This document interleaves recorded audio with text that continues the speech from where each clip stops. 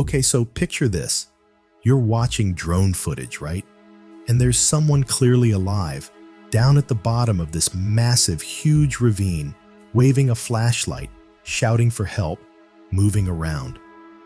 4 days later, they find her body. But get this, the autopsy says she died in 20 minutes, not 4 days. Yeah, I know. That's exactly the reaction everyone has. This is Juliana Marins' story. And honestly, it's been driving people absolutely bonkers trying to figure out what the heck actually happened. So here's what we know for sure. All right, let's just lay out the facts. It's June 20th, 2025. Juliana Marins, 26, from Brazil, works in public relations. She's on this guided trek up Mount Rinjani in Indonesia. And look, this isn't some gentle stroll in the park. Rinjani is serious business. It'll chew you up and spit you out if you're not careful. We're talking super steep cliffs, weather that can change on a dime, the whole 9 yards.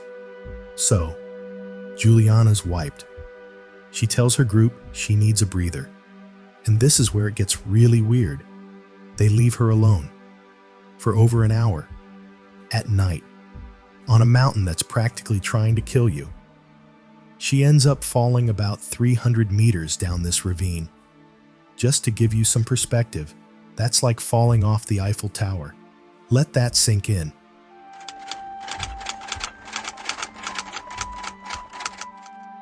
The next morning, someone flies a drone down there, and what they capture, man, this is where the entire story just unravels. There's Juliana. She's moving. You can hear her calling for help. She's got a flashlight. She's waving it around. She is, without a doubt, 100% alive. The rescue teams are like, we can't get to her. Too foggy, too risky. Helicopters can't fly in this kind of weather. Fair enough, right? Mountains are brutal. But then, and this is the part that's seriously keeping people up at night, she's stuck down there for 4 whole days. When they finally reach her, she's dead, and they find her body about 600 meters down the slope. That's way deeper than where she was first spotted. So here's the thing that's making everyone's head spin. If she was alive in that initial drone footage, why on earth is the official autopsy saying she died within 20 minutes of her fatal injuries? Seriously, I've gone over this timeline 50 times, and it doesn't add up. The Indonesian coroner, Dr. Ida Bagus Putu Alit, he's sticking to his guns. 20 minutes, he says. Massive internal bleeding, blunt force trauma to the chest and back. She died within 20 minutes of receiving the fatal injuries. But we've all seen that first drone footage. That's not someone who just took a fatal fall. That's someone who is very much alive and actively trying to get rescued. And here's what the rescue teams are actually saying happened. They believe there was a second fall, not a maybe or what if.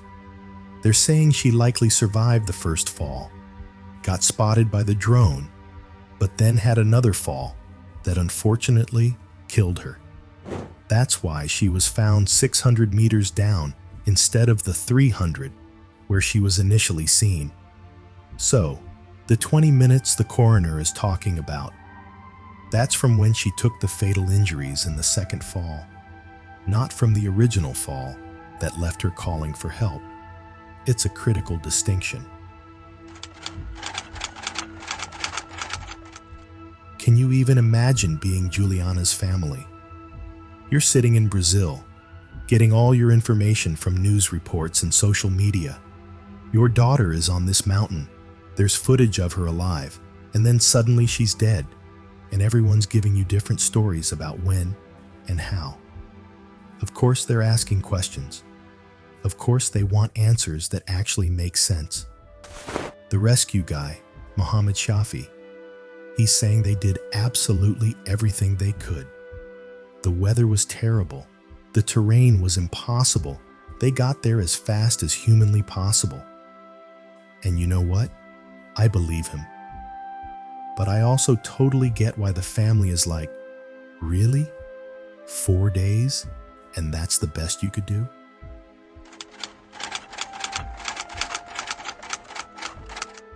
You want to know what truly bothers me most about this case? It's not the wild conspiracy theories or the government cover-up stuff. It's actually much simpler than that. What if everyone's telling the truth? What if the drone footage is real and the autopsy is accurate and the rescue teams did their absolute best and the family's concerns are completely valid?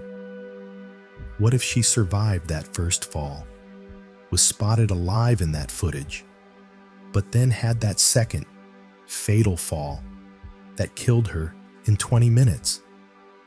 Because mountains don't care about your timeline. They don't care about making sense. Sometimes people survive falls they absolutely shouldn't, and sometimes they don't survive the second one.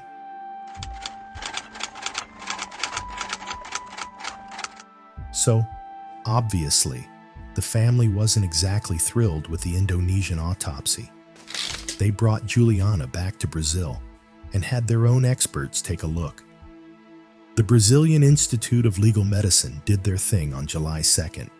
But here's the thing about second autopsies. They almost never completely contradict the first one.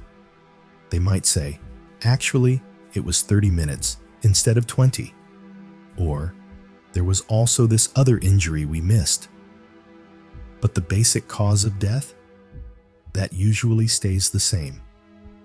Still, I totally get why they needed to do it. When nothing makes sense, you try everything.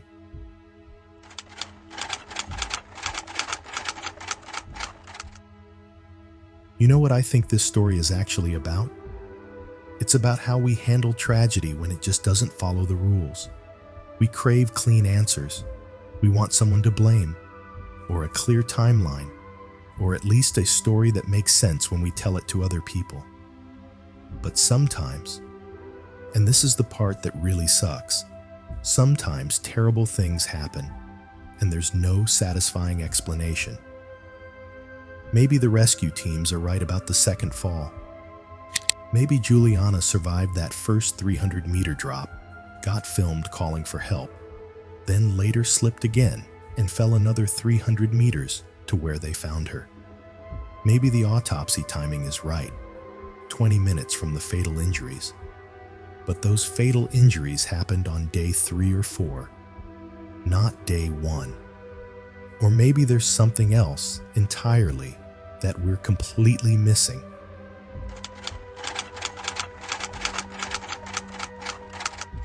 Look, I've been completely obsessed with this case for weeks now. I've read every report, watched every video, talked to people who know mountains way better than I do. And you know what conclusion I've come to? I don't think we're ever going to get the perfect answer everyone wants. But maybe that's not the point. Maybe the point is that we keep asking questions. Maybe the point is that we don't just accept accidents happen when someone dies alone on a mountain and the timeline doesn't add up. Because here's what I know for sure. Juliana Marins was 26 years old. She was on an adventure. She fell down a ravine. She called for help. And 4 days later, she was dead.